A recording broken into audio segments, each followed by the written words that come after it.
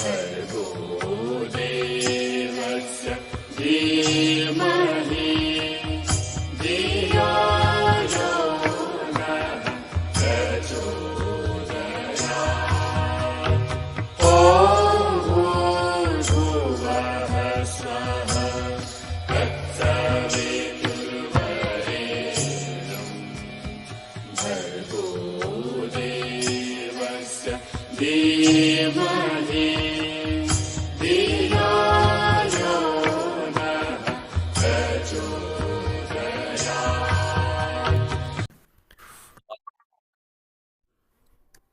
તમારા આ ગ્રુપની અંદર ફર્સ્ટ ટાઈમ પ્રથમ વખત જ હું આવી રહ્યો છું અને સંગીતાબેન ના પ્રયાસોથી તમારી ને મારી મુલાકાત થઈ રહી છે.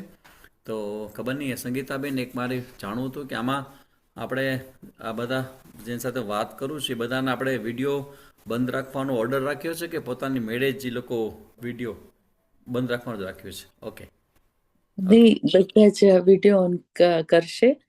પ્લીઝ બધાને રિક્વેસ્ટ છે કે આપનો વિડીયો ઓન કરજો, જેથી આપણે સરસ રીતે જોઈન થઈ શકીએ. પ્લીઝ રિક્વેસ્ટ છે બધાને, આપનો વિડીયો ઓન કરીને બેસજો. હા, એટલા માટે કે બીજો કોઈ વાંધો નથી મને, પણ જ્યારે અમે વાત કરતા હોઈએ તો અમારી સામે કોઈ વ્યક્તિ હોય તો એને ધ્યાનમાં રાખીને અમે બધા ટોક ને બધું આપતા હોઈએ. એટલે આજ પહેલો ઘટના એવી બને છે કે મારી સામે કોઈ જ નથી અને તમે બધા ઓનલાઈન છો, મને સાંભળો છો. તો આજે તમારી સાથે વાત કરવાની છે ગર્ભસ્થ શિશુ, એટલે કે ગર્ભ ધારણ કરેલી એવી સ્ત્રીઓ કે જે મા બનવા જઈ રહી છે. તો એમને ધ્યાનમાં રાખીને આજનું ટોપિક જે છે એની ચર્ચાઓ કરવાની છે. લગભગ 40-50 મિનિટની વાત હું કરીશ અને છેલ્લી 5-10 મિનિટમાં તમારા તરફથી કોઈ ક્વેશ્ચન હોય તો એ પણ તમે મને પૂછી શકો છો. સંગીતાબેન એનું કંઈક આયોજન વિચાર્યું હશે, કોઈને કંઈ પ્રશ્ન કરવા હોય તો પ્રશ્ન લખી પણ રાખે ને સીધા મને પૂછી પણ શકે. તો સૌથી પહેલો મુદ્દો મારે તમે બધાની પૂછવાનો છે કે એવું કેવી રીતે બને કે એક માના 100 સંતાનો હોય અને બીજી માના 5 સંતાનો હોય, તો જે માના 5 સંતાનો હોય એ 5 સંતાનો સારા હોય અને જે માના 100 સંતાનો હોય એ 100 ખરાબ હોય. આ તમને લાગે છે કે આવું કેમ બને? આ પ્રશ્ન મનમાં આવે આપણને કે આવું પોસિબલ કેમ થાય કે કૌરવો 100 હતા અને 100 ખરાબ, અને પાંડવો 5 હતા ને 5 સારા. પણ એના દ્વારા આપણે જે મહાભારત, રામાયણ, ભાગવત, ભગવદ્ ગીતા, આપણા શાસ્ત્રો એ બધા જે છે ને એ બધાની અંદર આવી બધી ઘટનાઓથી આપણને ઘણું બધું શીખવા મળે, સમજવા મળે અને ઘણા બધા રહસ્યો એવા છે પ્રકૃતિના કે જે આપણને ખબર ન હોય, પણ જો આપણે આવી રીતે વિચારવાનું શરૂ કરીએ ને તો આપણા ધ્યાનમાં આવે. અને જેટલા પણ પ્રકૃતિના રહસ્યો તમે જાણી શકશો એટલું જ શ્રેષ્ઠ તમે તમારા જીવનનો ઉપયોગ અને ઉપભોગ બંને તમે કરી શકશો. તો જવાબ એવો છે કે કૌરવો જે છે એના 100 સંતાનો ખરાબ થવાનું કારણ શું? સૌથી પહેલું રીઝન અને મહત્વનું રીઝન છે કે જે પણ માતા બનવા જે સ્ત્રીઓ જઈ રહી છે તો એ લોકોએ જાણવા જેવું છે કે જ્યારે બાળકનો ઉછેર થાય ત્યારે માતા અને બાળકનો સંબંધ બંધાવવો ખૂબ જરૂરી છે. એટલે એ સંબંધ કોના દ્વારા બંધાતો હોય પુત્ર અને માતાનો? તો આંખ દ્વારા. એટલે માતા જ્યારે બાળક સામે જોવે અને બાળક જ્યારે મા સામે જોવે ત્યારે એ બંનેનું જે મિલન થાય કે બંનેનું જે કોમ્યુનિકેશન થાય માતા અને બાળક વચ્ચે, એ કોમ્યુનિકેશનની સૌથી મોટી અસર બાળકો ઉપર થતી હોય. તો થયું એવું કે ગાંધારી જે હતી ધૃતરાષ્ટ્રની પત્ની, એ ધૃતરાષ્ટ્ર પોતે જોઈ શકતા નહોતા, તો એને એવું કીધું કે હું આઈડિયલ પત્ની ત્યારે કહેવાઉં કે જો મારા પતિ જોઈ શકતા ન હોય તો હું પણ ન જોઉં. તો કદાચ હોઈ શકે કે એ આઈડિયલ પત્ની તરીકે પોતાની જાતને એ પ્રગટ કરી શક્યા અને એ પોતે બતાવ્યું કે હું આદર્શ પત્ની છું. પણ પ્રોબ્લેમ એ થયો કે એના જેટલા પણ સંતાનો થયા એ સંતાનોને ન પિતાનો કે ન માતાની આંખનો સપોર્ટ મળ્યો. આના ઉપરથી ખબર પડે કે જ્યારે કોઈ પણ બાળક હોય એ બાળક ઉપર માતા પિતાની કેટલી બધી અસર હોય. જે માતાએ એની સામે જોયું નથી, એની આંખ મળી નથી, જેના પિતા જોઈ શકતા નથી, એના જે બાળકો છે એ બાળકોની અંદર આટલું બધું જે આપણે નેગેટિવ વસ્તુઓ કહીને એ બધી ઘણી બધી ડેવલપ થઈ. અને કરુણા હોય, દયા હોય, લેટગો કરવાની ભાવના હોય, જતું કરવાની ભાવના હોય, પછી કોક વિશે સારું વિચારવાની ભાવના હોય, ઈર્ષામાંથી મુક્તિ હોય. તો આવે બધા જે નેગેટિવ અને પોઝિટિવ જે બધી ફિલિંગ જે બધી છે એમાં જે માતા પોતાના બાળકને યોગ્ય સમય ના આપી શકે, જે એની સાથે પાલન બરાબર ન કરી શકે, તો એ બાળકની અંદર ખૂબ જ મોટી નેગેટિવિટી જન્મ લેતી હોય છે. કારણ કે હ્યુમન માઇન્ડ એવું છે, આપણા બધાનું મન એવું છે કે એની અંદર કૌરવો રૂપી દુષ્વૃત્તિઓ અને પાંડવો રૂપી સદવૃત્તિ આ બંને હંમેશા દરેકના મનની અંદર રહેતા હોય. તમે ગ્રહસ્થીઓ, બ્રહ્મચારીઓ, સંન્યાસીઓ, વાનપ્રસ્થી કોઈ પણ વ્યક્તિ હોય, દરેકના મનની અંદર આ બંને પ્રકારની વૃત્તિઓ ઓલવેઝ બી ધેર, હંમેશા રહેતી હોય. અને એમાં જે વૃત્તિને પોષણ મળશે ને એ વૃત્તિ ડેવલપ થશે. એટલે જે લોકો ખરાબ હોય, બરાબર ન હોય, સારા ન હોય, સમાજમાં કંઈક પ્રશ્નો ઊભા કરનારા માનસિકતા ધરાવનારા હોય, તો એવા સંતાનો, એવા છોકરાઓ કે એવા વ્યક્તિઓ એટલા માટે જન્મતા હોય છે કે એની અંદરની જે આ દુષ્વૃત્તિઓ જે બધી છે એ બધી વૃત્તિઓનું સમન થયું નથી. અને એ સમન હંમેશા સદવૃત્તિઓ દ્વારા થાય. તો આ એક એક્ઝામ્પલ હું એટલા માટે તમને મેં આપ્યું કે તમને ખ્યાલ આવે કે તમારા શરીરની અંદર, તમારા ગર્ભની અંદર અત્યારે કોઈક ગર્ભ આકાર લઈ રહ્યો હોય તો એ જે બાળક છે એ બાળકનું જે માનસ હોય, એનું મન હોય, એનું જે બીજી પર્સનાલિટી, ઇન્ટરપર્સનાલિટી જેને કહેવાય આપણે મન અને બુદ્ધિ, એ જ્યારે બાળક માના ગર્ભમાં આવે ત્યારથી જ એનું ઘડાવાનું શરૂ થઈ જાય છે. એટલે તમે એક વસ્તુ ધ્યાન રાખજો કે જ્યારે બાળક હોય ને એ જ્યારે 3 કે 4 વર્ષનું હોય ને, સમથિંગ 3.5 વર્ષનું કે 4 વર્ષનું, એટલે ગર્ભનું આપણે 9 મહિના ગણીએ કે 5 મહિના ગણીએ આપણે કે 4 મહિના ગણીએ, અને બાકીના જે 3 વર્ષ બહારના છે, આ 3.5 વર્ષ સુધી આ બાળકના તમે સંપૂર્ણ અધિકારી હો છો, એના માલિક જેવા તમે બનેલા હો છો. પણ જ્યારે બાળકના 3.5 કે 4 વર્ષ પૂરા થઈ જાય ઉંમરના, એ પછી ધીમે ધીમે એ બાળક જે છે એ બાળક પોતાનું અંગત વ્યક્તિત્વ છે એ આકાર લેવા માંડે. એટલે પોતાના નિર્ણયો પોતે કરવા માંડે, એ પોતાની રીતે વિચારવા માંડે. પછી તમારા વિચારો, તમારા આઈડિયાઝ, તમારા સારા વિચારો છે એ કદાચ એના મનમાં જો ન સ્વીકારે તો ન પણ સ્વીકારે. એટલે તમારી પાસે તમારું બાળક જ્યારથી ગર્ભમાં આવે અને ત્યારથી બહાર નીકળે ત્યાં સુધી 3 વર્ષ સુધી તમારી પાસે હોય. એટલે કે તમારું જે પણ કંઈ કરવા માંગતા હો ને એ તમે કરી શકો. તમારે એને આઈન્સ્ટાઈન જેવું વૈજ્ઞાનિક ક્ષેત્રમાં મોકલવું છે, કે કોઈ દેશની સેવા માટે મોકલવું છે, કે કોઈ રાજકીય ક્ષેત્રમાં પોઝિટિવલી જોઈએ તો નરેન્દ્ર મોદી છે કે એવા કોઈ સારા વ્યક્તિત્વ બનાવવા છે, કે સંન્યાસની અંદર સ્વામી વિવેકાનંદ કે શંકરાચાર્ય બનાવવા છે, કે ક્રિકેટર બનાવો, વોટ એવર તમારા મનની અંદર જે પણ કંઈ ઈચ્છાઓ હોય, જે કંઈ તમારા સ્વપ્નો હોય, એ બધું જ તમે આ બાળક સાથે એના શરૂઆતના આ 3 વર્ષમાં તમે ખૂબ સારી રીતે એના મન મગજમાં રોપી શકો છો. એટલે આ વિચારને બરાબર સમજજો.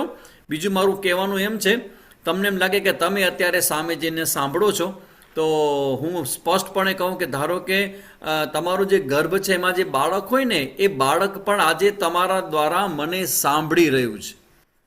એનો મતલબ એવો થાય કે જે માં હોય એ માની આંખથી બાળક જોવે ગર્ભમાં હોય ત્યારે, માના કાનથી એ બાળક સાંભળે, જ્યારે માં સાંભળતી હોય ત્યારે બાળક પણ સાંભળે. અને સાયકોલોજીસ્ટ બધા એવું કહેતા હોય કે કોઈ એવો સુંદર મજાનો અવાજ, કોઈ એક સારો મજાનો ભાવ, કોઈ પણ એક સરસ મજાનું વક્તવ્ય કે કોઈ સારા મજાનું સંગીત એ જ્યારે બાળક ગર્ભમાં સાંભળે ને તો એ જન્મ લીધા પછી એ બાળક એ અવાજને શોધ્યા કરે. તમે જુઓ કે જ્યારે ગર્ભસ્થ શિશુ હોય તો એ પોતાના પિતાને કેવી રીતે ઓળખે? કોઈ વ્યક્તિ હોય તો એ વ્યક્તિ તરીકે ઘણા બધા પુરુષો હોય, એમાંથી બાળક પોતાના પિતા તરફ અલગ પ્રકારનો ભાવ અનુભવે. શું કામ? કેમ કે જ્યારે એ ગર્ભસ્થ હતું ત્યારે સૌથી વધુ અવાજ એ બાળકે એના પિતાનો સાંભળ્યો છે. એટલે શાસ્ત્ર એવું કહે, ઇવન આપણું શાસ્ત્ર પણ કહે ને મોડર્ન સાયકોલોજી કહે, કે હું જેટલી પણ વાત તમારા લોકો પાસે કરીશ એ મોડર્ન સાયકોલોજી અને આપણું શાસ્ત્ર એ બંનેના સુભગ સમન્વય કરીને બધું હું કહીશ. તમારી પાસે જે પણ કંઈ વાત મૂકું છું એની અંદર મોડર્ન સાયકોલોજીના પણ પ્રિન્સિપાલ છે અને બંને એગ્રી છે, એક જ રીતે વિચાર છે. જેમ કે હું તમને કહું કે આપણા શાસ્ત્રમાં એવું કહે કે પંચ વર્ષાણી રાજવત પાલયત. બાળક હોય તો બાળકને આ 5 વર્ષ થાય ત્યાં સુધી રાજવત પાલયેત, લાઈક એઝ એ કિંગ તમારે એનું પાલન પોષણ કરવું જોઈએ. અને 5 વર્ષ પછી 12-13 વર્ષનો થાય એટલે કે લગભગ 5 થી 7 વર્ષનો જે પીરિયડ છે એ સમયની અંદર બાળક સાથે તમે સામ દામ દંડ ભેદ આ બધું તમે એપ્લાય કરી શકો. પણ બાળક જ્યારે 13 કે 14 વર્ષનો થાય એ પછી એ જે બાળક છે એ બાળક સાથે તમારે મિત્રવત પાલયેત, લાઈક એઝ અ ફ્રેન્ડ. મિત્રવતનો મતલબ એવો છે કે જે કોઈ મિત્રતાની અંદર જે કોઈ સ્વતંત્રતા હોય એવા પ્રકારનો અનુભવ બાળકને પોતાના અનુભવમાં એ સંબંધોમાં થવો જોઈએ. તો આ બધા સિદ્ધાંતો એટલા માટે તમને કહું છું કે આજે આપણે લોકો વાત કરીએ છીએ, કાલ સવારે આપણે મળીએ કે ન મળીએ, પણ આખા બાળકના ઉછેર દરમિયાન તમારે કયા કયા વર્ષમાં કઈ કઈ જગ્યાએ કેવી કેવી રીતે તમારે બિહેવ કરવું એનો થોડું સિંહાવો લોકોને હું તમને આપી દઉં છું. અને જે મેં વાત કરી એમ કે બાળક જ્યારે અત્યારે ગર્ભસ્થ હોય તો એ સમયે તમારા કાન દ્વારા સાંભળે તો હું તમને પૂછું કે તમને લોકોને આમાંથી કોઈને ક્લાસિકલ સંગીતમાં રસ ખરો? તો ઘણા કહેશે કે ના સ્વામીજી ભાઈ અમને આ બધી વસ્તુમાં રસ ના આવે. અચ્છા, હું તમને પૂછું કે તમને કોઈક સારા વક્તા હોય કે ભગવદ્ ગીતા પર પ્રવચન કરતા હોય તો એને સાંભળવામાં રસ ખરો? તો કે ના સ્વામીજી હું સાંભળવા જાઉં તો મને ઊંઘ આવી જાય ને, મને મજા ના આવે ને, મને ગમે નહીં ને, મને કંટાળો આવે ને. તો તમને બેન ગમે કે ન ગમે, તમને ફાવે કે ન ફાવે, તમને ઊંઘ આવી જાય, ગમે તે થાય, પણ એટલું યાદ રાખજો કે તમારા બાળકને શ્રેષ્ઠ વસ્તુ આપવાનો સત સંકલ્પ તમારે અત્યારથી લઈ લેવો જોઈએ. શ્રેષ્ઠ વસ્તુ આપવાનો મતલબ એવો છે કે તમે જે સાંભળો છો, તમે જે જોવો છો, તમે જે ખાઓ છો, તમે જે વિચારો છો, તમે જે અનુભવો છો, તમારી અંદર આસપાસનું જે વાતાવરણ છે એ બધાની અસર આ બાળક ઉપર થતી હોય છે. તો ધારો કે તમને ક્લાસિકલ સંગીતમાં જરા પણ રસ ન હોય તો કાંઈ વાંધો નહીં, છતાં પણ તમારે આ સમયે જ્યાં સુધી બાળક 3.5 વર્ષનું થાય, જ્યારે ગર્ભસ્થ હોય ત્યારે તમારે, અને જ્યારે બાળક બહાર જન્મ લઈ લે એ પછી બાળકને જ્યારે સૂતું હોય ને ત્યારે પણ તમે એને ક્લાસિકલ મ્યુઝિક સંગીત એને સંભળાવી જ શકો. વિશ્વના શ્રેષ્ઠ ગાયક હોય, પછી કોઈ સરસ મજાના તબલા વગાડતા હોય, સરસ મજાનો પિયાનો વગાડતું હોય, તો જે પણ સંગીતની અંદર બેસ્ટમાં બેસ્ટ વર્લ્ડ લેવલના વર્લ્ડ ક્લાસના જે કંઈ કલાકારો હોય ને એના પ્રોગ્રામો તમારે સાંભળવા જોઈએ. અને તમે બધા નસીબદાર કેટલા છો કે અત્યારે તમારા હાથમાં જે પ્લાસ્ટિકનું કચકડું જે છે મોબાઈલ, એ મોબાઈલની અંદર યુટ્યુબમાં માત્ર તમે કાંઈ પણ નાખો અને ધડાક કરતા તમે એને સાંભળવાનું ચાલુ કરી દો. તમે જ્યારે મને અત્યારે સાંભળો છો ત્યારે મેં જેમ કીધું કે તમે માત્ર સાંભળતા નથી, તમારા ગર્ભની અંદર રહેલું જે બાળક છે એ પણ મને સાંભળે છે. એનો મતલબ કે જે તમે કંઈ સાંભળો એના તમારા મનમાં જે તરંગો ઊભા થાય છે એ તરંગો બાળક સુધી પહોંચે છે ને એ બાળકમાં જે તરંગો પહોંચે છે એનું જ નામ છે સંસ્કાર. આ સંસ્કારી પેઢીને આપણે જન્મ દેવો હોય તો એના માટે સંસ્કાર કેવી રીતે આપવા ને એ આપણા ઋષિ મુનિઓએ ઘણા વર્ષો, ઘણા બધા લાંબા સમયથી, એટલે કે લાખોના કરોડો વર્ષોથી આપણને બધું કહેતા આવ્યા છે, જ્ઞાન આપતા આવ્યા છે, જે આપણા બધા શાસ્ત્રોની અંદર છે. તો એમાં બધા ઋષિમુનિઓ એવું આપણને કહે કે તમારા બાળકને તમારે શ્રેષ્ઠ રીતે જન્મ આપવો હોય તો તમારે એ માએ કમસે કમ એના શરૂઆતના જે 9 મહિના છે એ 9 મહિના દરમિયાન એને ખૂબ સુંદર વાતાવરણમાં રહેવું જોઈએ. જેમ કે એક બીજું પણ એક્ઝામ્પલ છે કે આપણે પ્રહલાદ હતો તો એ ભગવાનનો ભક્ત હતો, પણ એ પ્રહલાદના જે પિતા હતા હિરણ્યકશ્યપુ, તો એ તો રાક્ષસ કુળના, ઇવન એ લોકોનું કુળ આખું રાક્ષસ કુળ. તેમાં પ્રહલાદ જેવો ભગવાન નારાયણનો ભક્ત કેવી રીતે જન્મ્યો? એની અંદર ભગવાનની ભક્તિ કેવી રીતે આવી? તો કયાધુ નામ, આઈ થિંક એની માનું નામ કયાધુ હતી, અને એ કયાધુના જીવનની ઘટના કેવી છે કે જે હિરણ્યકશ્યપુ જ્યારે કોઈક સાધના કરવા માટે કે કોઈ શક્તિ, કારણ કે એ જે સાધના બધા રાક્ષસો બધા કરતા હોય અસુર વૃત્તિવાળા, એ સાધના પણ ખરાબ દ્રષ્ટિ અને ખરાબ શક્તિઓને જન્માવા માટે કરતા હોય. તો એ કંઈક સાધના માટે જ્યારે જાય છે ત્યારે એની પત્ની કયાધુ છે એ કોઈક ઋષિના આશ્રમમાં, આઈ થિંક નારદ મુનિના આશ્રમમાં એ જાય છે અને ત્યાં એના આશ્રમમાં રહે છે. અને અહીંયા લગભગ એટલો સમય શાસ્ત્રમાં બતાવ્યો છે કે 5 વર્ષનો સમય એ ત્યાં પ્રહલાદનો જન્મ થાય અને પ્રહલાદ 3-4 વર્ષનો થાય ત્યાં સુધી એના આશ્રમમાં રહે છે. તો ત્યારે પ્રહલાદ જે છે એ અસુર કુળમાં જન્મ્યા હોવા છતાં પણ ભગવાનનો પરમ ભક્ત બન્યો છે. એટલે અત્યારના સમયની અંદર સૌથી મોટો જે પ્રશ્ન છે, તમારે તો બહુ લાંબુ વિચારવું જોઈએ. આજકાલનો જે જમાનો છે, જે સમય છે, એની અંદર સંસ્કારો અને જે રીતે બાળકોના ઉછેર થાય અને પછી એ લોકોનું જે જીવન બનતું હોય એમાં એટલા બધા પ્રશ્નો આવે છે, એટલા બધા પ્રશ્નો આવે છે કે જેના સાંભળ્યા પછી કે જોયા પછી આજકાલ ઘણા બધા એવી છોકરીઓ મને મળે છે, એમ કહે છે કે સામે જઈને લગ્ન કરશું પણ અમે માં નહીં બનીએ. કેમ? તો કે આજકાલ સંતાનો ક્યાં સારા જન્મે છે, વાતાવરણ આટલું બધું ખરાબ છે, વાતાવરણ આટલું નેગેટિવ છે. તો અમારા ઘરે જન્મનારું સંતાન જે છે એ સંતાન સારું ન આવે તો આવી બધી પ્રશ્ન મારી પાસે મૂકતા હોય છે, જેનો જવાબ એવો છે કે વાત તો સાચી છે કે સંસ્કારનું વાતાવરણ નથી, પણ તમારા હાથમાં તમારું બાળક 3.5 વર્ષ સુધી સંપૂર્ણપણે હોય છે. ભલે એના પોતાનું પ્રારબ્ધ લઈને આવે, કોઈ પણ બાળકનો જન્મ થાય ને તો એ પોતાના કર્મય કરે, પોતાનું પ્રારબ્ધ પણ હોય. આ બે વસ્તુ છે, પોતાનું કર્મ અને પોતાનું પ્રારબ્ધ એ બાળક કરે. પણ એ કર્મ અને પોતાનું પ્રારબ્ધ જ્યારે પ્રગટ થતું હોય ને એ સમયનું જે વાતાવરણ હોય એ વાતાવરણમાં આપણે લોકો પણ બાળક માટે પ્રોટેક્શન વોલ ઊભી કરી શકીએ. આપણે બાળકોને સારા સંસ્કાર આપવાની શરૂઆત તમારે અત્યારથી કરી દેવી જોઈએ, જ્યારે બાળકનો હજી જન્મ પણ ન થયો હોય. એટલે હું ખરેખર આ જે પણ કાર્યક્રમ જેને પણ આયોજન કર્યું છે ગુજરાત સરકાર દ્વારા આયોજિત છે કે ગાયત્રી પરિવાર આ અમારો પરિવાર છે, ગાયત્રી પરિવાર. તો ગાયત્રી પરિવાર દ્વારા આવું જબરજસ્ત જે કાર્ય કરે છે એ ખૂબ વંદનીય કાર્ય છે. કેમ કે જો ભવિષ્યની પેઢીને નરેન્દ્ર મોદીજી એમ કહેતા હોય કે ભારતને સશક્ત, સમૃદ્ધ અને શ્રેષ્ઠ બનાવવું છે, તો મારો પહેલો મુદ્દો એ છે એમને કહેવાનો કે જો બાળકને શ્રેષ્ઠ બનાવવામાં આવે, જો માતાઓ શ્રેષ્ઠ બને તો શ્રેષ્ઠ માતાઓ દ્વારા શ્રેષ્ઠ બાળકોને જન્મ આપે તો એ શ્રેષ્ઠ બાળકો છે એ ભારતના ભવિષ્યને વિશ્વમાં વિશ્વગુરુ બનાવવાનું સામર્થ્ય પ્રગટ કરનારા સંતાનો બની રહે.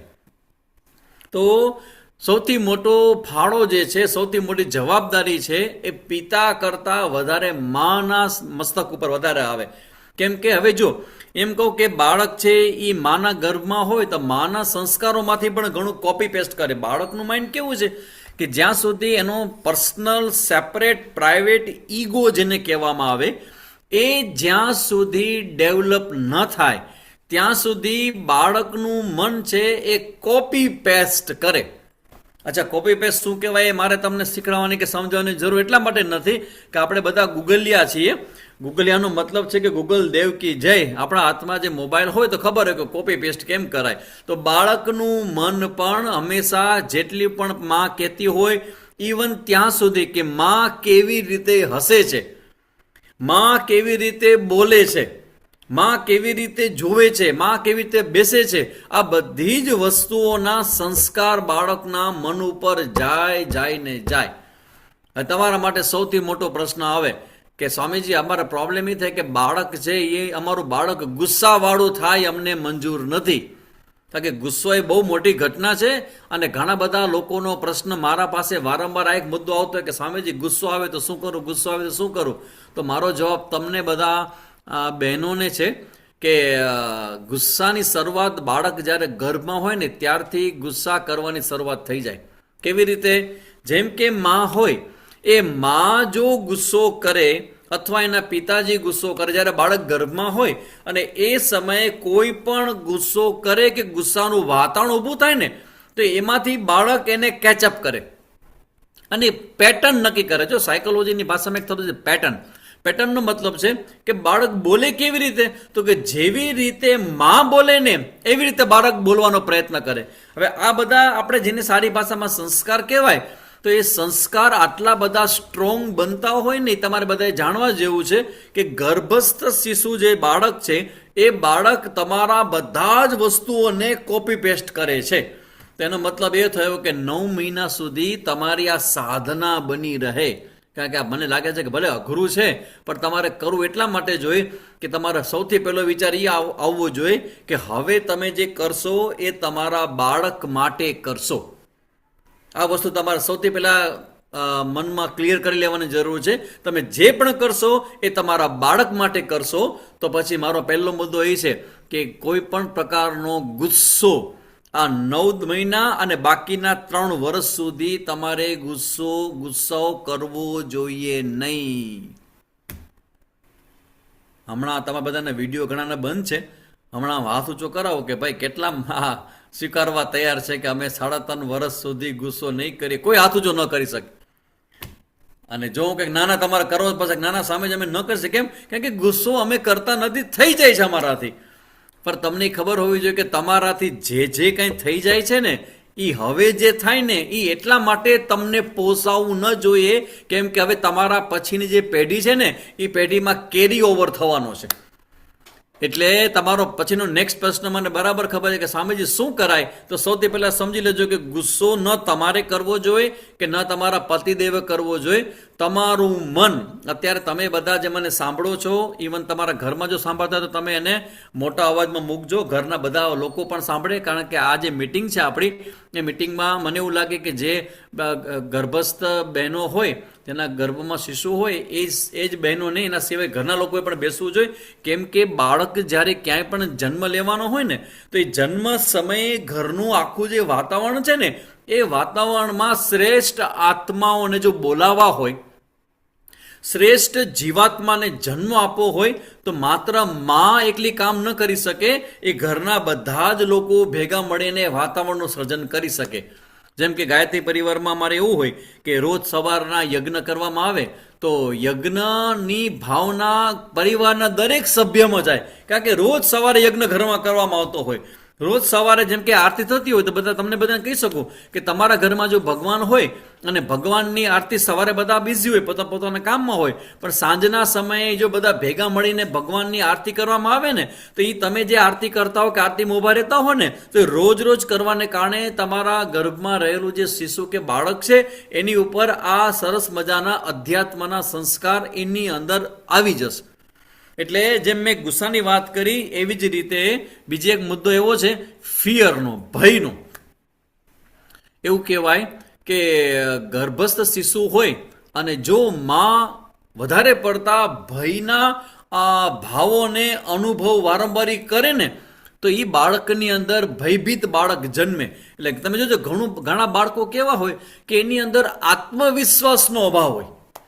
એ બધા બાળકો કેવું હોય કે બાળકો હંમેશા કન્ફ્યુઝનની સ્થિતિમાં હોય અને પોતાના નિર્ણયની અંદર એ અડગ અને દ્રઢ રહી ન શકે. કેમ ન રહી શકે?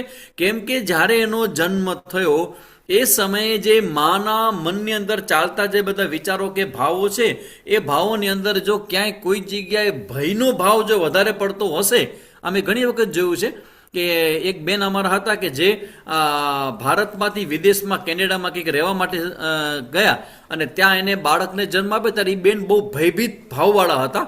તો એને ત્યાં જન્મેલું જે બાળક હતું ને એ બાળક દરેક વસ્તુમાં ભયનો અનુભવ કરે. કોઈ જગ્યાએ કોન્ફિડન્ટલી કોઈ નિર્ણય જ ન લઈ શકે.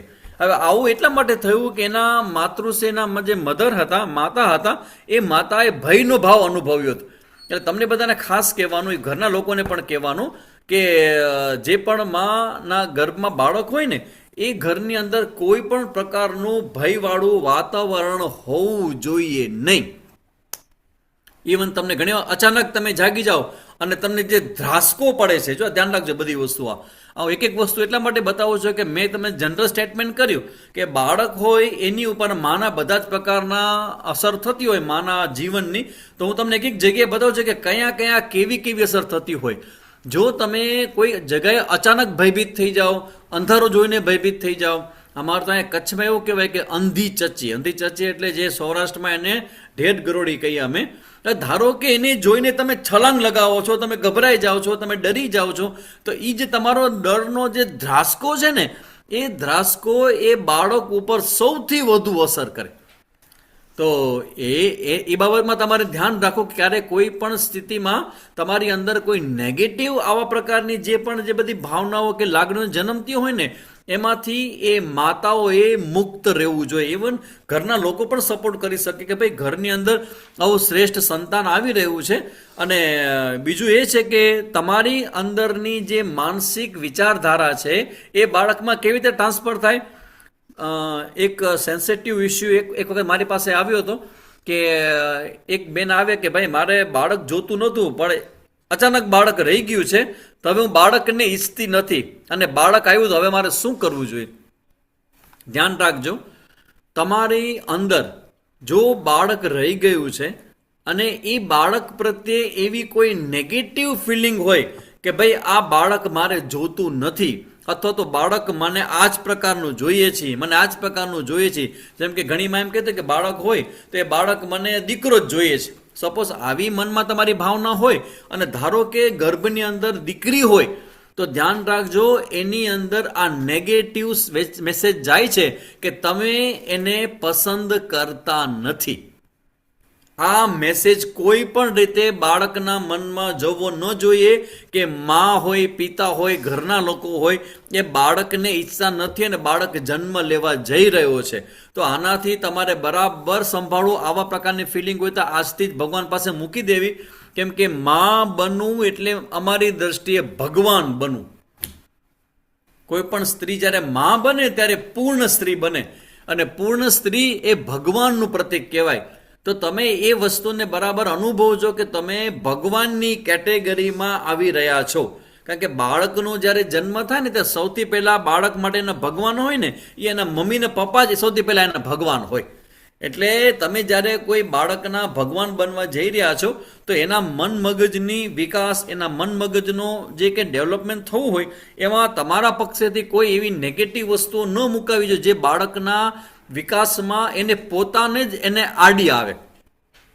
એટલે કે ગુસ્સો ન કરવો, પછી એવી નેગેટિવ ભાવના ન ધારણ કરવી કે આ બાળક મને ગમતું નથી, કે મને ઈચ્છા નથી, મારા બાળકને મારી પાસે આવ્યું છે, અને એના પછી તમને પોઝિટિવ ભાવમાં લઈ જાઓ ને, તો તમે જેવા વિચારો કરો છો તમારું બાળક ધીમે ધીમે ધીમે એવા માઇન્ડ, એવા મનવાળું બને છે. હવે હું તમને એક એક્ઝામ્પલ આપું, મારું પોતાનું એક્ઝામ્પલ. તમે લોકો ઘણા બધા છે એવા કે જે મને ઓળખતા, મોટા ભાગના કોઈ મને ઓળખતા નથી, પણ તમને એટલી ખબર છે કે આ કોઈ સ્વામીજી અમારી સામે બેઠા છે.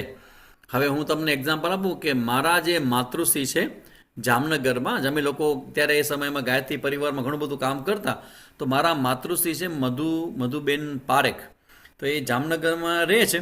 તો એમને મેરેજ નહોતા કરવા. એમના જીવનમાં ભગવાન અને સંન્યાસ પ્રત્યે એટલું બધું એટ્રેક્શન હતું કે મેરેજ નહોતા કરવા, પણ કરવા પડ્યા. પણ મેરેજ થયા પછી એના મનમાં એક જ સંકલ્પના હતી કે મારે ત્યાં કોઈ સંન્યાસી સ્વામી વિવેકાનંદ જેવું મારું સંતાન જન્મે, એવી મારી ઈચ્છા છે. તો મારા માતૃશ્રીની આ જે ઈચ્છા હતી, એ ઈચ્છાના કારણે પાસ્ટ લાઈફમાં, આની પહેલાંના જન્મમાં મારી જે પણ કોઈ યાત્રા થઈ હોય, પણ મારે એ મધુબેનના ગર્ભમાં આવવું પડ્યું, અને ત્યાં આવીને હું સંન્યાસી બનીને અત્યારે હું જીવું છું. તો એ આખું કનેક્શન તમે જુઓ કે મારા માતૃશ્રીની એવી ઈચ્છા હતી કે મારું સંતાન જે છે એ સામાન્ય ન હોવું જોઈએ, એ વિશેષ હોવું જોઈએ, એ હજારોમાં લાખોમાં એક હોય એવું હોવું જોઈએ. તો એને કારણે જે માતૃશ્રીની જે ભાવના અને કલ્પના હતી, તો એમાંથી એક સંન્યાસીનો જન્મ થયો. તો હું તમને બધાને ખાસ કહું કે તમે લોકો જ્યારે તમારા ગર્ભસ્થ બાળક કે જે કંઈ તમારું સંતાન કે જે કંઈ આવી રહ્યું છે, બહાર આવી રહ્યું છે, તો એના માટે તમે ખૂબ સુંદર મજાના પોઝિટિવ વિચાર કરજો. તમે એવું ન વિચારજો કે ભાઈ તમારું જીવન કેવું છે, તમારી પરિસ્થિતિ કેવી છે, એવું કદી પણ ન વિચારવું. કારણ કે બાળક જ્યારે પણ આવે ને, એ પોતાનું કરીને આવે. મેં ઘણી વખત એવું જોયું છે, અમુક માતા પિતા અમારી પાસે આવે છે કે સામેજી બાળકને ક્યાં અમે એડમિશન આપીએ, ક્યાં કઈ સ્કૂલમાં દાખલ કરીએ. તો અમે બધું પ્લાનિંગ કરતા હતા, અને એક જગ્યા એવી હતી કે જે ખૂબ સારામાં સારી શાળા સ્કૂલ હતી, અને કેન્દ્ર સરકાર દ્વારા આયોજિત જે ચાલતી હોય બધી સ્કૂલો એમાંની સ્કૂલ હતી. તો બાળકને અચાનક ત્યાં એડમિશન મળ્યું જેને માતા પિતાને ખબર નહોતી. એના માતા પિતા તો સામાન્ય સ્કૂલમાં એને એડમિશન આપવા જઈ રહ્યા હતા, પણ બાળકને સારામાં સારી સ્કૂલમાં એડમિશન મળ્યું અને ખૂબ સુંદર મજાનું અત્યારે ભણી રહ્યો છે. એનો મતલબ એવો કે માતા પિતા કે આપણે પણ બાળકોનો ઉછેર કરશું, એને શ્રેષ્ઠ કરશું, એ બધી આપણી ભલે કલ્પનાઓ હોય, પણ આપણો જે ઉછેર છે ને એ 3.5 વર્ષ સુધીનો જ છે. પછી બાળકના પોતાના પ્રારંભ, પોતાના કર્મ અને પોતાનું કાંઈક ને કંઈક નક્કી કરીને આવતું હોય. દરેક બાળક જ્યારે જન્મ લે ને ત્યારે પોતાનું લક્ષ્ય નક્કી કરીને આવતું હોય. એમાં માતા પિતા શું કરી શકે?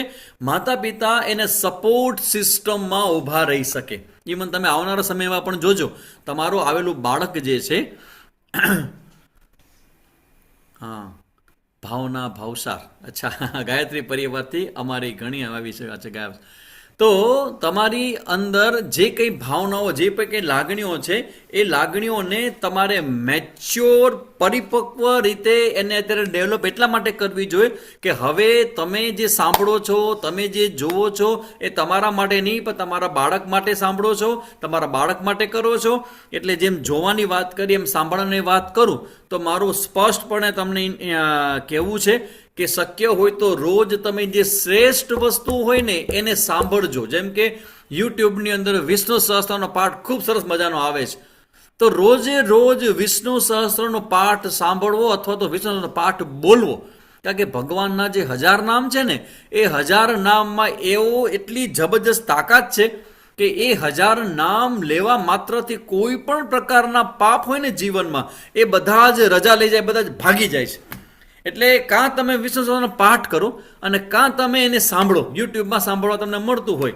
એના પછી બીજું જે આવે છે, જે અમારા ગાયત્રી પરિવારનો સૌથી મોટો અને કેન્દ્રીય જે વિચાર છે ગાયત્રી મંત્ર. ગાયંતમ ત્રાયતે ઇતિ ગાયત્રી, કે જેનું પારાયણ કરવાથી, કે જેને સાંભળવાથી, કે જેનો જપ કરવાથી, જેનું પારાયણ કરવાથી આ સંસારમાંથી તારી દે, બધા દુઃખોમાંથી તારી દે, એનું નામ છે ગાયત્રી. બાળકોની અંદર અમુક મહિનાઓમાં એની જે બુદ્ધિ હોય એ ડેવલપ થતી હોય, અમુક મહિનાઓમાં એની જે બધી ઇન્દ્રિયો છે એ ડેવલપ થતી હોય. તો લગભગ 4થા કે 5મા મહિના પછી એની અંદર પ્રાણ આવે અને એ પછી બાળકની અંદર એની જે બુદ્ધિ જે છે એ ડેવલપ થતી હોય. એ સમયે જો તમે 5મા મહિનાથી લઈ 5મો, 6ઠો, 7મો, 8મો, 9મો આ બધા જ મહિનાઓ દરમિયાન જેટલું પણ બને એટલો સમય તમે ગાયત્રીનો જપ કરજો ને કરજો. શા માટે?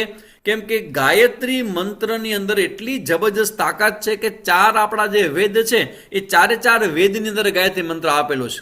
એટલે હવે જે તમારે કરવાનું છે એ તમારા માટે કરવાનું નથી, તમને ગમે કે ન ગમે તમારે કરવાનું છે એટલે કરવાનું છે. કેમ કે આવનારું જે સંતાન છે એ સંતાન જો ભવિષ્યની અંદર ખૂબ સુંદર મજાનું પોતાનું જીવન જીવે તો એનાથી શ્રેષ્ઠ માતા પિતા માટે સારા દિવસો ક્યાં હોઈ શકે કે તેનું સંતાન શ્રેષ્ઠ બનીને જીવતું હોય.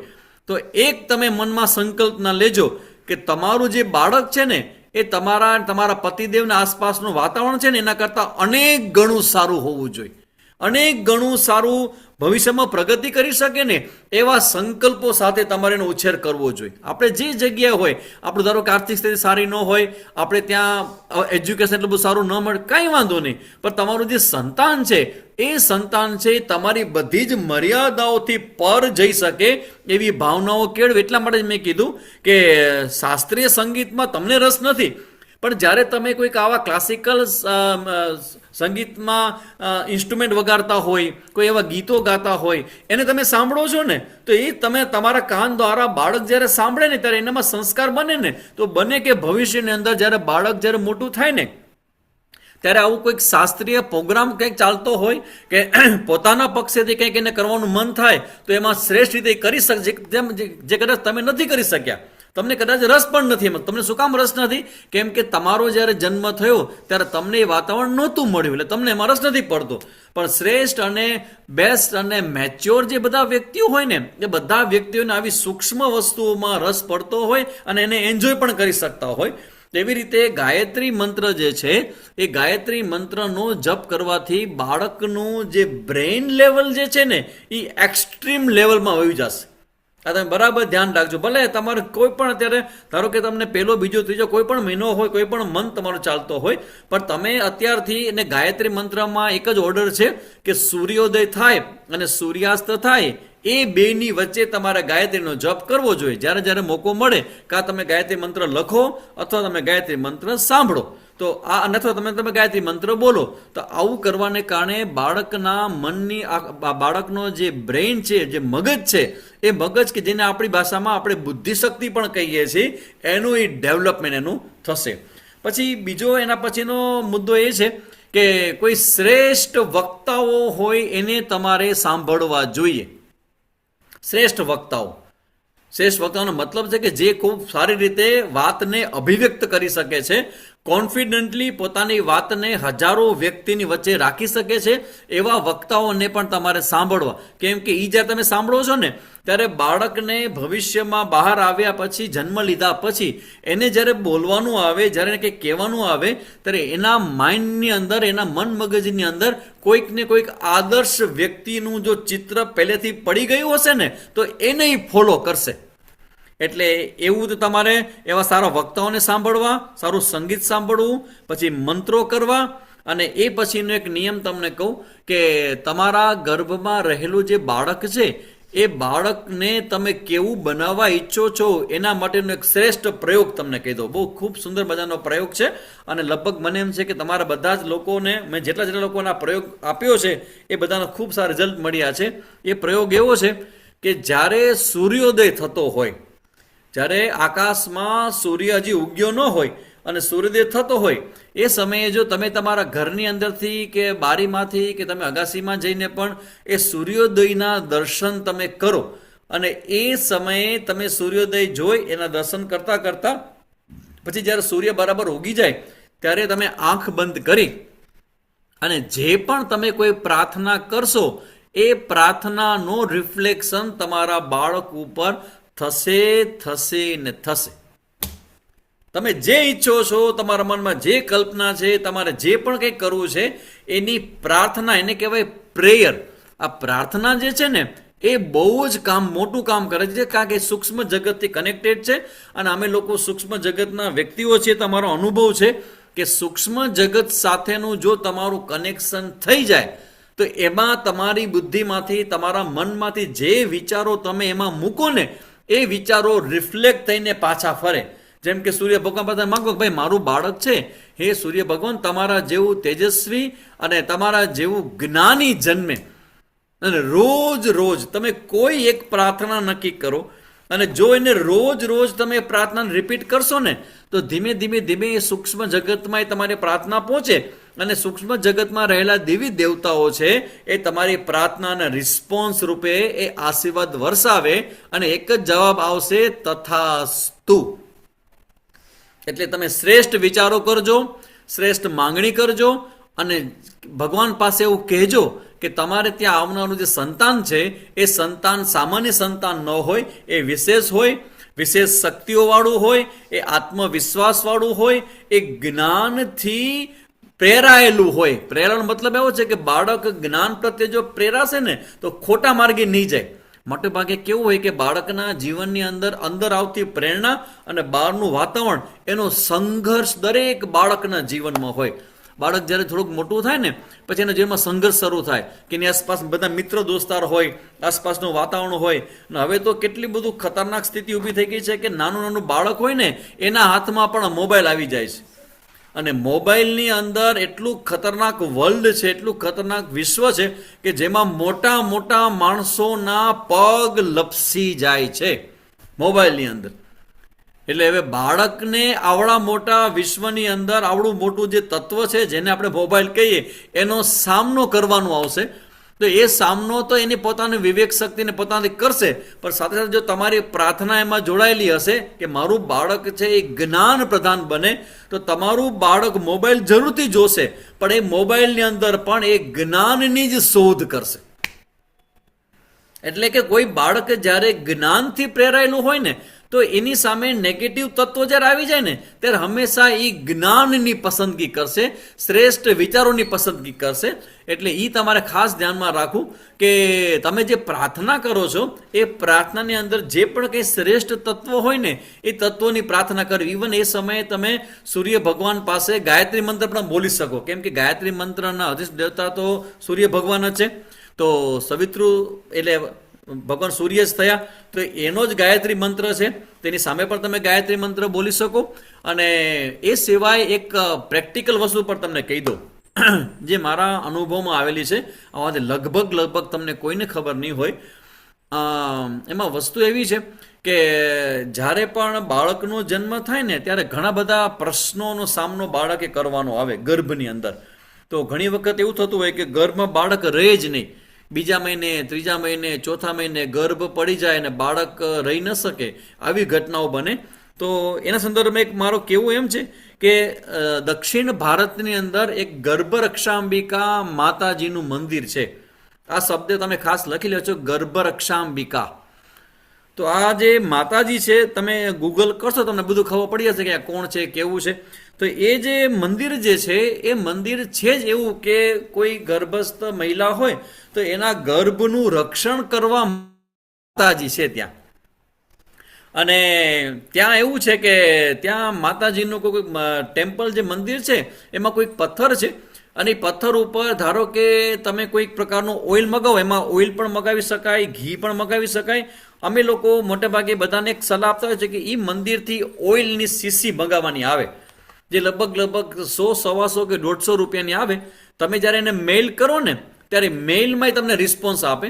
તો એ જે ઓઇલ મોકલે ત્યાંથી એ જે બહેન હોય એનું તમારે નામ, એનું નક્ષત્ર, જન્મ નક્ષત્ર તમારે મોકલવાનું હોય. તો એ નક્ષત્રની ત્યાં પ્રાર્થના થાય અને પ્રાર્થના કર્યા પછી એ જે ઓઇલ કે તેલ બને તૈયાર થાય ને એને શીશીમાં ભરીને તમને મોકલે. તો પછી તમારે તમારા પેટ નીચેના ભાગમાં તમારે રોજ સાંજના ભાગમાં કે સવારના ભાગમાં લગાવી દેવાનું હોય. પણ એનો સૌથી મોટું રિઝલ્ટ એ છે કે જ્યારે લેબર પેન ઉપડે, જ્યારે પ્રસૂતિની પીડા ઉપડે ત્યારે જો એ ઓઇલ છે એને જો લગાવી દેવામાં આવે તો એવું કહેવાય છે કે કોઈ પણ સ્ત્રીને ઓઇલ લગાવવા, એ તેલ લગાવ્યા પછી પેઇન ફ્રી ડિલિવરી થાય છે. અત્યાર સુધીમાં અમે લોકોએ 8 કેસમાં અમે લોકો એનો પ્રયોગ કરેલો અને 8 કેસમાં રિઝલ્ટ એ અમને જોવા મળ્યું કે જે બાળક જન્મ દેતી વખતે માતાને જે પેઇન થતું હોય એ પેઇન લગભગ 60-70% જેટલું ઘટી જાય છે અને નોર્મલ ડિલિવરી પણ થઈ જાય છે. એક કેસ એવો હતો અમારી પાસે કે એ બેનને લગભગ 3 કે 4 વખત મિસ ડિલિવરી થઈ ગઈ, કે બાળક રહેતું જ નહોતું. અને એમને મેં સલાહ આપી કે તમે આ ઓઇલ છે એનો ઉપયોગ તમે કરો. અને એ કર્યા પછી એનું ગર્ભ રહ્યું અને એને ત્યાં બેબી આવી ને તે સરસ મજાનું સ્વાસ્થ્ય પણ સારું છે. અને એ લોકોએ ચમત્કારને માની લીધું કે આ ઓઇલ એ પ્રકારનું છે ગર્ભરક્ષાંબિકા, કે ગર્ભમાં રહેલા બાળકનું રક્ષણ આ ઓઇલ કે તેલ છે એ કરે છે. એટલે તમને બધાને ખાસ કહેવાનું કે ગર્ભરક્ષાંબિકા તમે ગૂગલ કરશો, ગર્ભરક્ષાંબિકા ટેમ્પલ, અને એમાં તમને ઇન્ફોર્મેશન બધી મળશે. અને વધારે કંઈ ઇન્ફોર્મેશન હશે તો હું સંગીતાબેનને કે વોટ્સએપ હું તમને કરી દઈશ. અને વોટ્સએપની અંદર આખી મેથડ બતાવી છે કે કેવી રીતે આપણે ઓઇલ મગાવી શકીએ. તો તમે તમારા ઘરે એડ્રેસ ઉપર એ ઓઇલ પહોંચી જાય તો તમે એનો ઉપયોગ તમારી રીતે કરી શકો. આ બધા પ્રેક્ટિકલ ઉપાયો છે કે જ્યાં તમારા આખી પ્રોસેસની અંદર કોઈ પ્રકારનું વિઘ્ન ના આવે. અને ઇવન એવું પણ હું કહીશ કે શક્ય હોય તો કોઈ પણ જગ્યાએ ક્યાંય પણ ભાગવત કથા ચાલતી હોય તો એ ખાસ તમારે રોજ સાંભળવી. ભાગવત કથા એવી વસ્તુ છે કે જે ગર્ભસ્થ બાળક હોય ને એ તમારી સાથે સાંભળશે, એ ભગવાનની કથાઓ સાંભળશે. કારણ કે આવીને બાળક છે એ અત્યારના વર્તમાન સમયની અંદર જેટલા પણ નેગેટિવ બધા વાતાવરણ છે એનો એ સામનો કરવાનો છે. તો એ સમય શરૂ થાય એ પહેલા તમે એની અંદર જો સાત્વિક અને પોઝિટિવ વિચારો એને ભરી દેશો ને તો એ બાળક જ્યારે એ દ્વિધાનો સામનો કરશે ને ત્યારે હંમેશા એ સત્યના પક્ષે ચાલ્યું જશે અને સાચા માર્ગે ચાલશે અને શ્રેષ્ઠ વ્યક્તિ બની જશે. તો એના માટે તમારા લોકોએ ભાગવત કથા ખાસ સાંભળવી. એના પછી તમારું જે રૂમ હોય, તમારા જે રૂમમાં તમે સૂતા હો, જે રૂમમાં વધુ રહેતા હો, એ રૂમની અંદર શ્રેષ્ઠ વ્યક્તિઓના ફોટા રાખવા. સ્વામી વિવેકાનંદ છે, સરદાર વલ્લભભાઈ પટેલ છે, સુભાષચંદ્ર બોઝ છે, આપણા ગુરુદેવનો ફોટો છે, બધા સંત મહાત્માઓના ફોટા છે. કેમ કે ફોટાઓ તમે જે જુઓ છો એની અસર બાળક ઉપર પડતી હોય. તમે અત્યારે મને સાંભળો છો તો મારો અવાજ બાળક સુધી પહોંચે છે. તો એક્ઝેક્ટલી એવી રીતે તમારે ખાસ તમે ધારો કે ટીવી જોતા હો અને ટીવીની અંદર પછી એ સિરિયલમાં શું દ્રશ્ય આવશે એ તમને ખબર જ ન હોય, અને જો ખરાબ દ્રશ્ય આવી ગયું, જો તમને ભયભીત કર્યું દ્રશ્ય આવી ગયું, કે તમને અંદરથી કંઈક ન ગમે એવું આવી ગયું ને, તો એની અસર બાળક ઉપર પડશે. એટલે કહેવાય કે જ્યારે ગર્ભમાં બાળક હોય ને તો એ સ્ત્રીઓએ ટીવીથી દૂર રહેવું, કેમ કે તમને ખબર ન પડે કે પછી શું આવશે. પછી બીજો એક મુદ્દો એવો છે કે તમે ઉપયોગ ભલે તમે મોબાઈલનો કરતા હો, પણ એ પણ ધ્યાનમાં રાખજો કે બાળક ઉપર તમારા મોબાઈલની ઘણી બધી નેગેટિવ અસર થતી હોય છે. કારણ કે આજે તમે મોબાઈલ જે છે એ મોબાઈલના જે રેઝ જે બધા આવે છે એ રેઝ માટે આપણા મગજ ઉપર અસર તો થાય છે, પણ આપણે મોટા થઈ ગયા, ડેવલપ થઈ ગયા એટલે આપણે એનો સામનો કરી શકીએ છીએ. પણ બાળક જે છે એનું કુમળું શરીર હોય, એની બધી ઇન્દ્રિયો બહુ કુમળી હોય, એનું મગજ પણ એવું હોય, પણ એ સમયે જો આવા રેસ એના ઉપર આવે ને તો એ સામનો કરવામાં બાળકના શરીરને બહુ તકલીફ પડતી હોય છે.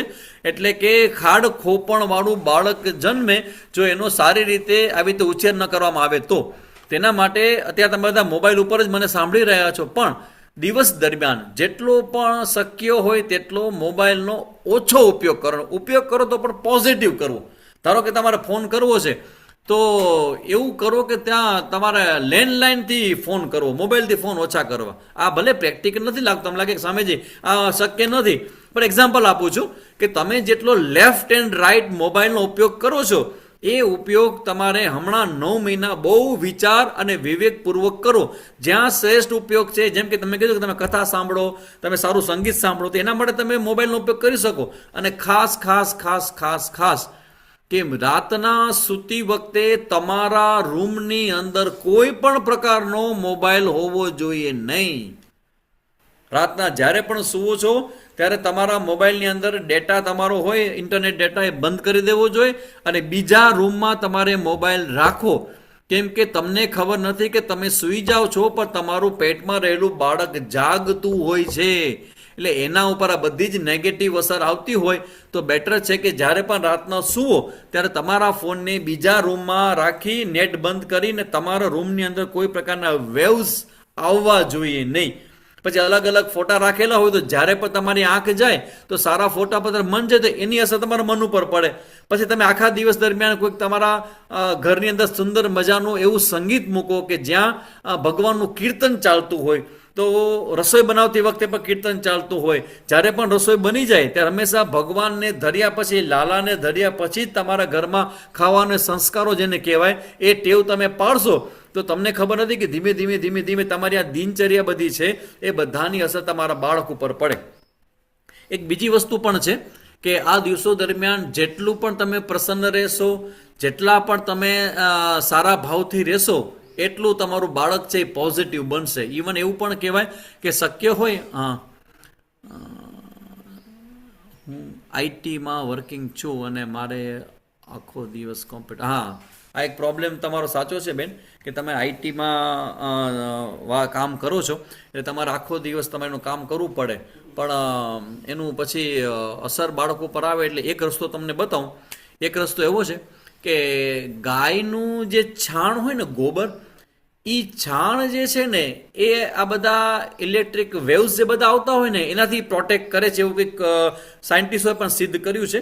તો અમારા માધાપર, અહીં કચ્છમાં હું છું તો માધાપરમાં અમારા એક ભાઈ છે મનોજભાઈ સોલંકી, તો એ છે ને એ આવા નાના નાના સ્ટીકર બનાવે, વાળો નાનકડું હોય અને તમારા મોબાઈલની પાછળ તમારે લગાવવાનું હોય.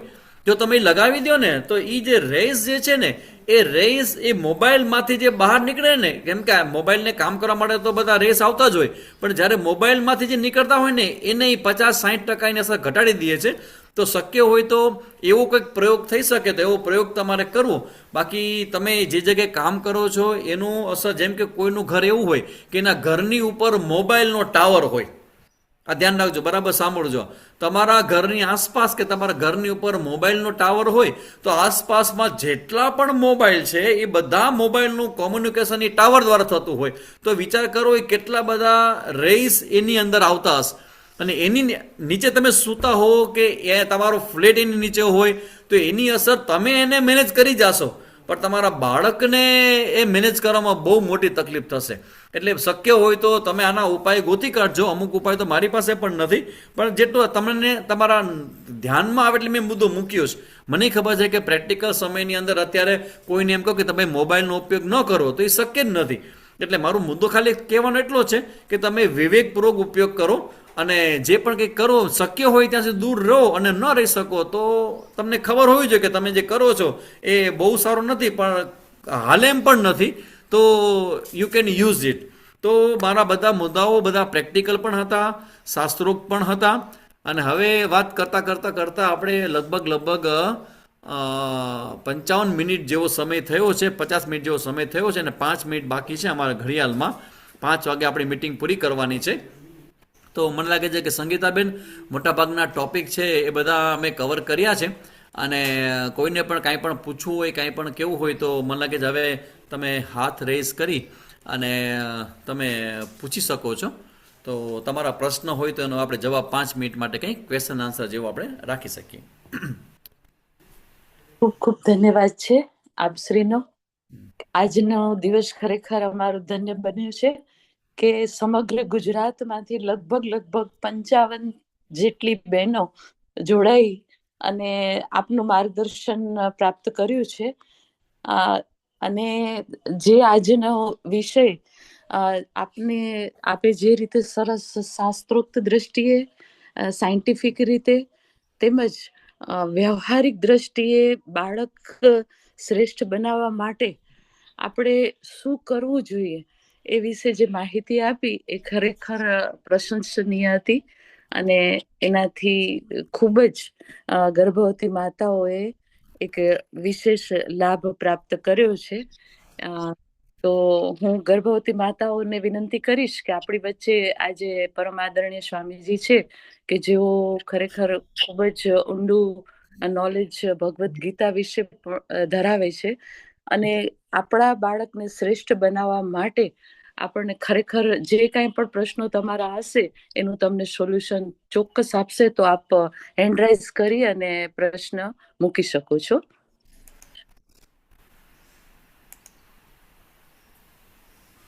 ચેટ બોક્સમાં પણ આપ લખશો તો હા, હું વાંચી શકું અત્યારે મારી સામે જ છે, કોઈ લખશે તો હું વાંચી શકીશ આમાંથી.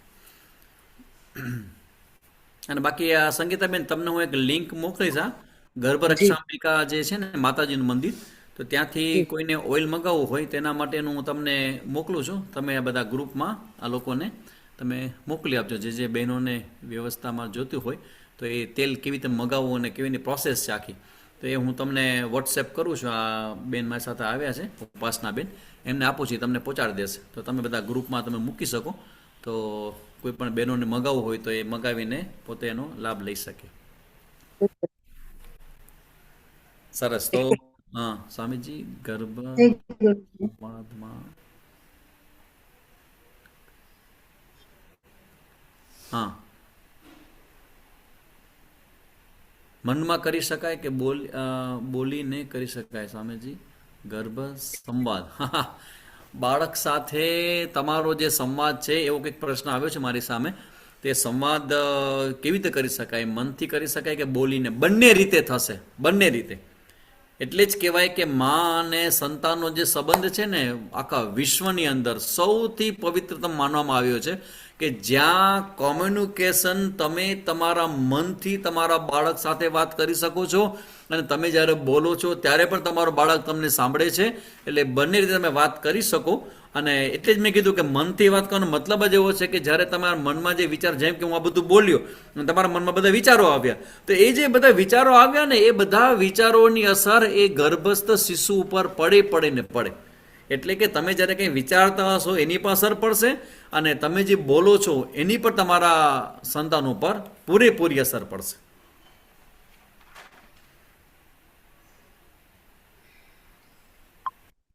જય ગુરુદેવ. હા મયુરીબેન. હા, જય ગુરુદેવ હરિઓમ, જય કૃષ્ણ. સ્વામીજી. આમાં એવું છે કે તમે કેવું કીધું કે સૂર્ય ભગવાનને પ્રાર્થના કરતા કરતા આપણે કહી શકીએ, પ્રાર્થના કરી શકીએ કે મારું બાળક શ્રેષ્ઠ છે, મહાન છે, વિશેષ છે. તો એની માટે એક લાઈન તમે લખાવી શકો અમને?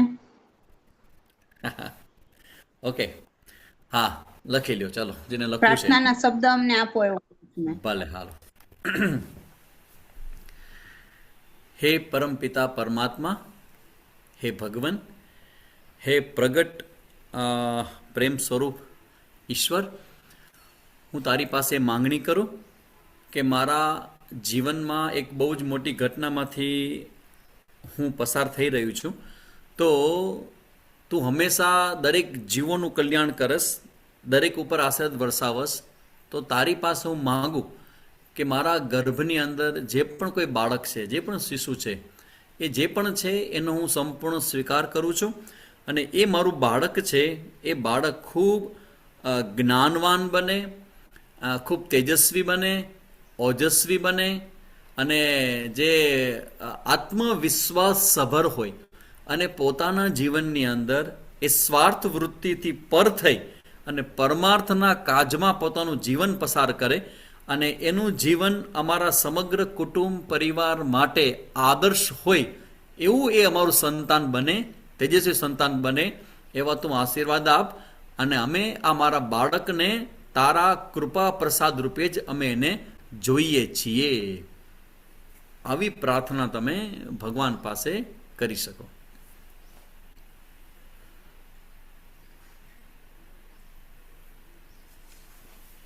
સંગીતાબેન, ક્યારેક એવું થઈ શકે કે આ બધા ગ્રુપ છે આપણું, એ ગ્રુપને આપણે ભગવદ્ ગીતા વિશે ક્યારેક આપણે સત્સંગ રાખવો હોય. આજે તમે બધા એ લોકોનું બાળક વિશે બધી વાત કરી, પણ ભગવદ્ ગીતા વિશે ક્યારેક એને આપણે સંભળાવવું હોય તો એનું આયોજન પણ થઈ શકે. તો અમે આયોજન કરશું. હું તો અહીંયા આશ્રમમાં છું, તો અહીંથી એવું તમે આયોજન કરો તો આપણે ભગવદ્ ગીતાના જે 18 અધ્યાય છે, કારણ કે અમારે એક વખત બન્યું હતું કે વેકેશનનો પિરિયડ હતો અને મેં 18 અધ્યાયનું આયોજન કર્યું, રોજનો એક અધ્યાય, એમ 18 દિવસના 18 અધ્યાય. એ 18 અધ્યાયનું ચિંતન થયું ને એના ઘરે જે બાળક આવ્યું એનું નામ એ લોકોએ માધવ રાખ્યું. અને આજે એમ કહે છે ને મમ્મી કે સ્વામીજી અમે શીખડાવેલા નથી, એવા એવા ગીતાજીના શ્લોક મારો છોકરો પોતાની મેળે બોલે છે. એટલે આવું કંઈક આયોજન થઈ શકે તો તમે વિચારજો. તો પછી આ બધા સાથે આપણે બેસશું અને આખી ભગવદ્ ગીતા 18 અધ્યાયની જે ભગવદ્ ગીતા છે એ અધ્યાયનો સારાંશ જે છે એ આ બધા બહેનોને આપણે જો સંભળાવી શકી તો એ લોકો માટે અને એને આવનારા જે ભાવિ જે પેઢી છે એના માટે પણ શ્રેષ્ઠ બની રહે. તો એવું કંઈક આયોજન વિચારજો. તો આઈ એમ રેડી, હું બધા સાથે વાત કરીશ અને સમય આપીશ. તો એ બધાના માતાઓને ત્યાં આવું સુંદર મજાનું સંતાન આવે કે જેનું લાભ માત્ર પરિવારો નહીં, સમગ્ર મારા દેશ અને મારા ધર્મને બધાને મળે. તો એ ઈચ્છા છે. તો વિચારજો કે પ્લાન કરજો એવું કંઈ. ચોક્કસ આપણે નજીકમાં જ એનું પ્લાન કરીશું અને આપને જાણ કરીશું. હા, સારું. તો આપણે હવે બીજું કાંઈ નથી તો હવે મારા તૃપ્તિબેન અમદાવાદથી છે. હા, એમનો મેસેજ છે જેવો છે કે અમે રેડી જ છીએ અને સમગ્ર ગુજરાતની અંદર ખૂબ જ પરમ પૂજ્ય ગુરુદેવની કૃપાથી આ અભિયાન સરસ ગતિ પકડી રહ્યું છે. 365 સેમિનાર કમ્પ્લીટ થયા છે અત્યાર સુધીમાં, અને ડેઈલી 365 દિવસ રવિવારને બાદ કરતા અમારું આ જે છે સેશન એ કન્ટિન્યુ 4 થી 5 ચાલુ હોય છે, જેમાં લગભગ 60 બહેનો છે એ ભાગ લેતી હોય છે સમગ્ર ગુજરાત. પ્રાપ્ત થયું છે તો ચોક્કસ અમે આપના ઋણી છીએ અને સતત આપનું આ રીતે માર્ગદર્શન મળતું રહે એવી અભ્યર્થના. ખૂબ ખૂબ ધન્યવાદ આપ શ્રીનો. આજનું સેશન અહીં આપણે પૂર્ણ કરીએ છીએ. જય ગુરુદેવ. શાંતિ પાઠ લઈશું. ઓમ દ્યોઃ શાંતિ અંતરિક્ષત્વં શાંતિ પૃથ્વી શાંતિરાપઃ શાંતિરો ષદયઃ શાંતિઃ વનસ્પતયઃ શાંતિર્વિશ્વે દેવાઃ શાંતિર્બ્રહ્મ શાંતિઃ સર્વત્વં શાંતિઃ શાંતિરેવ શાંતિ. સામા શાંતિરેધિ. ઓમ શાંતિઃ શાંતિઃ શાંતિઃ. સર્વારિષ્ટ સુશાંતિર્ભવતુ. ખૂબ ખૂબ ધન્યવાદ છે આદરણીય પ્રદીપ્તાનંદ સરસ્વતીજીનો. ફરીને ધન્યવાદ. જય ગુરુદેવ બધાને. ફરી આપણે આવતીકાલે આજ સમયે મળીએ. ત્યાં સુધી રજા લઈએ.